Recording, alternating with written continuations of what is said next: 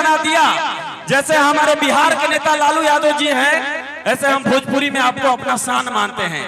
हमारे यादव भाइयों के लिए आपने एक ऐसा जगह बनाया कि हम लोग को भी गर्व होता है कि हम लोग वहां पहुंच जाएंगे। हमने बोला कि अरे मंदिर बिना पुजारी के अब भोजपुरी बिना खेसारी के अधूरा था। अखिलेश भैया के चैनल से वो गीत गौनी की कि झूठो भोजपुरी में विवाद भइले बा। भैया आज आपसे लोग विवाद करके स्टार बनना चाहता है। मैंने उस समय गाया कि झूठो भोजपुरी में विवाद भइले बा, शुरू से खेसरी नुराज कइले बा। एक लाइन जो आपके लिए मैं कहता हूं कि ट्रेंडिंग के यह शुरुआत कइले बा, शुरू से खेसरी नुराज कइले। एगो लाइन आपने ऐसा गाया है कि सारा कलाकार वो गाने को गाते हैं, स्पेशल मैं मंच पे। वो गाना अमर है भैया आपका। भैया खाती कह दी हो, कह दी अरे की राउरता जुलुफिया बनम जान लेवा बाटे जी, आज की बोलिया अरे मिठाई बचा लेवा बाटे जी।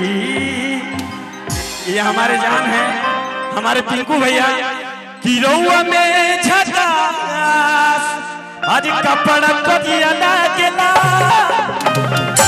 तनी सब कोई हाथवा उठा दी पूरा पूरा भैया हो, पूरा पूरा ले ली हो रामायण में, तनी रामायण में कि सवरिया सवरिया कदिया ना बनाई बड़ा बढ़िया लागेला। सवरिया कदिया ना बनाई बड़ा बढ़िया लागेला। सवरिया कदिया ना बनाई बड़ा बढ़िया लागेला। सवरिया कदिया ना बनाई बड़ा बढ़िया लागेला। सवरिया कदिया ना बनाई बड़ा बढ़िया। भैया शांति बना के और हेलो सेल्फी ना मंच को खाली कीजिए, मंच को खाली कराइए। हेलो हेलो वह गीत जो भैया गा रहे थे कि जैसे बिल्डिंग में जरूरत बाटे बालू के हो, अरे वो सही बा जरूरत फेरू लालू के हो। अरे लालू के हो सही बा जरूरत फेरू लालू के हो। बच्चा बच्चा बोलत बिहार बड़ुए, जनता के ये पुकार बड़ुए। जैसे बिल्डिंग में जरूरत बाटे बालू के हो, सही बा जरूरत फेरू लालू के हो। सही बा जरूरत फेरू लालू के हो। सही बा जरूरत फेरू लालू के हो। सही बा जरूरत लालू के हो। अरे जियो पवन भैया के मिजाज ये ठाट बा हमनी के। वाह पवन भैया, हेलो पवन भैया गर्दा कर आदरणीय। अभी इस मंच पे हमारे बीच भोजपुरी सुपरस्टार आदरणीय टुनटुन यादव जी भी बैठे हैं। तो प्रिय भाई सीधे सीधे कोई समय न लेते हुए प्रिय भाई टुनटुन यादव जी को मंच में आमंत्रित करता हूँ। सब लोग आएंगे, अभी खेसारी भैया दोबारा आएंगे, खेसारी भैया दोबारा इस मंच पे आएंगे। आदरणीय टुनटुन यादव जी, बड़े भाई टुनटुन यादव जी कोई विलंब न करते उसी भूमिका में आदरणीय ऋषिकेश भैया कबारी है। आइए ऋषिकेश भैया खाड़ी है तो थोड़ा शांति बना लीजिए आप सब। पंकज बाबू, खेसारी लाल यादव जी के शानदार एंट्री के बाद चिंता जन कर जनुआ तोरा मजनुआ के बाजार चिन्हता, लहंगा फ्रीए में दे दी दुकानदार चिन्हता। नौजवान भाइयों से चाहता एक बार जोरदार ताली आप सम्मान के साथ।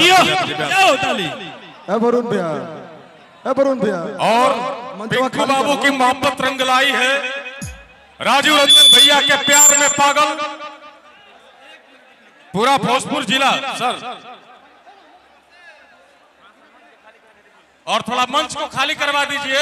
ऋषिकेश भैया मंच पहले मंच खाली करिए, मंच खाली। तस्वीरें बात में होंगी नौजवान साथियों का भैया बाद में सेल्फी भैया।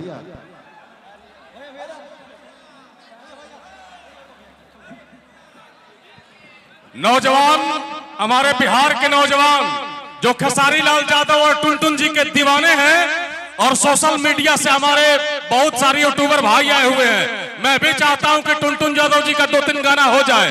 अंदीप बाबा और बंटी सिंह का ये शानदार कॉम्बिनेशन है मंच पे। तमाम राष्ट्रीय जनता दल के कार्यकर्ताओं का हार्दिक स्वागत। लेकिन फिलहाल ए भाई लालू बिना चालू जी बिहार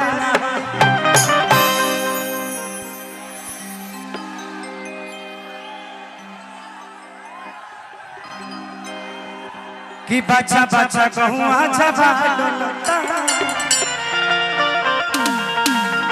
कि महंगी बनाओ महंगी के नाव को बजाओ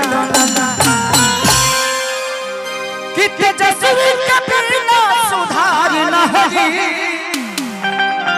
वो सुधार न होई। 1 2 1 2 3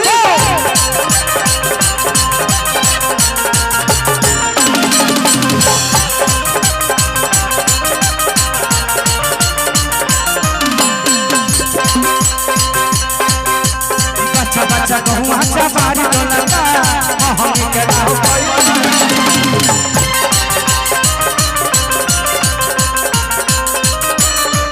और बच्चा बच्चा देखो बिहार डोलता महंगी के नाव को बाजार डोलता।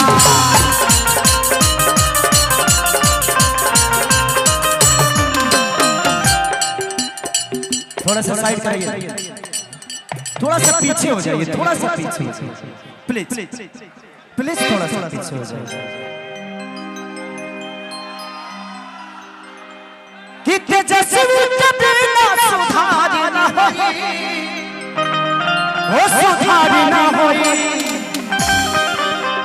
ए भाई लालू बिना चालू ये बिहार भाई लालू बिना चालू ये बिहार न होई।